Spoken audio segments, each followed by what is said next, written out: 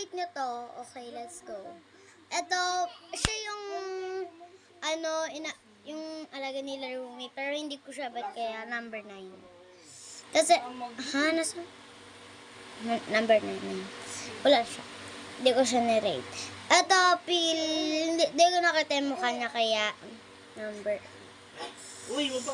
Ito si Rumi, ang number 1 ng K-pop Demon Hunters, kaya number 1.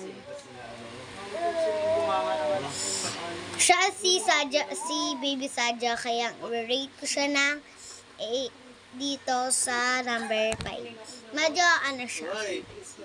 At si Gino, i-rate ko siya parang medyo may ginagawa kasi siyang video na si Mira tsaka siya, kaya i-rate ko sila sa number 7.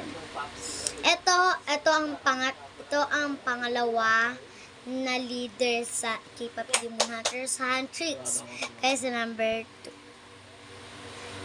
Ito siya yung nagiging best ni Gino, kaya siya ang number 3. Ito, i-rate ko to dito sa number 10 kasi hindi ko siya bet.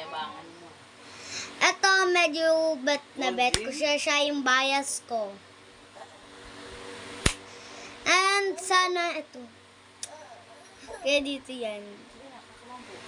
Okay, so, dito lang tatapos yari.